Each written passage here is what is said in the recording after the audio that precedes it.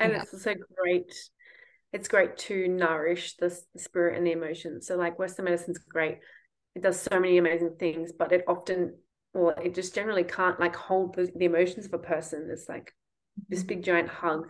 Like, you know, we can't really heal someone without nurturing that part of them, their spirit and their soul and that emotional center. So Chinese medicine does that really well. And I find that that's often the missing link when it comes to treatment. It's just like nurturing that side. Yeah, acknowledging that things that maybe they have been taught to not acknowledge or to repress. Yeah. Yeah. Yeah. So then if we talk about the energetic component, so the energetic component of PCOS from a TCM perspective, so you mentioned before the phlegm, the damp, etc. Yeah, so it really is the physical chi not able to move and then forming these little cysts. Okay. And they're, I guess, in the PCOS state, polycystic ovarian syndrome, you've got the cysts, but you've also got all the other symptoms to go with it. Whereas some people just have the ovarian cysts. Right. Look at the cyst similar to what we call, endometriosis, which is also a mass or a stagnation, adenomyosis, fibroids. They're all those like masses, and it's all kind of a similar way.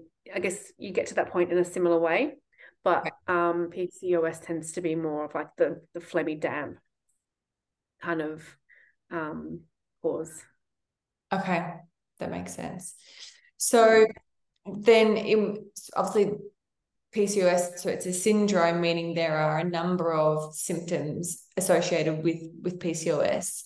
So what are some major signs and symptoms if a woman thinks, well, perhaps I have PCOS, I'm not sure. What are some physical and emotional symptoms that you could expect to see?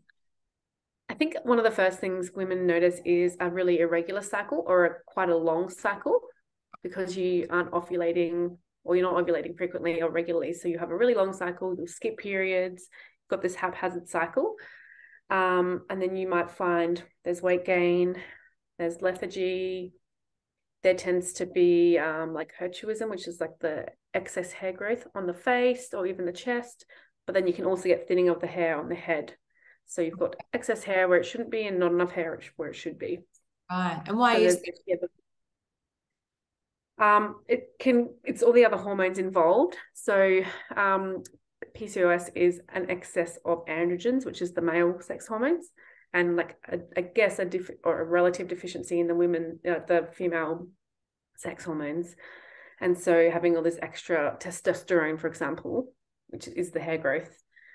We also see quite commonly the insulin resistance, which can then lead on to type 2 diabetes. So that has to be managed. And again, that's the weight gain. Your body's not using insulin and glucose properly, so you're storing extra glucose, hence the weight gain. There are some women that have the opposite. They're quite wiry and thin. So there is a few different, presentations. It's definitely not a cookie cutter, and some people might only have one or two, or some people might have, most of the presentations.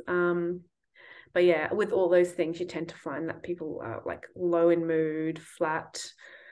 You often get PMSy or that buildup of premenstrual tension because you're not having regular periods.